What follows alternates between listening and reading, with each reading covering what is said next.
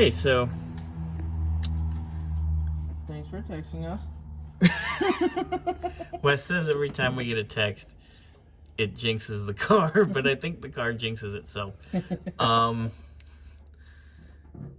Right here, it's hard to see. It's hard to point at it and shoot it, but right there and right up in here, there's pitting in this brake line. Now, we did take and basically remove that proportioning valve, and things got better, but we keep having air over here on the passenger side front. Just bubbles. Yeah. And we're like, where the hell is that coming from? Well, we know where the hell that's coming from because it's sucking air in through this original hard line.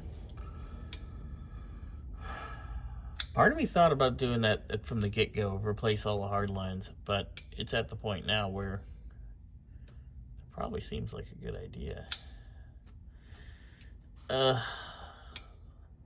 So,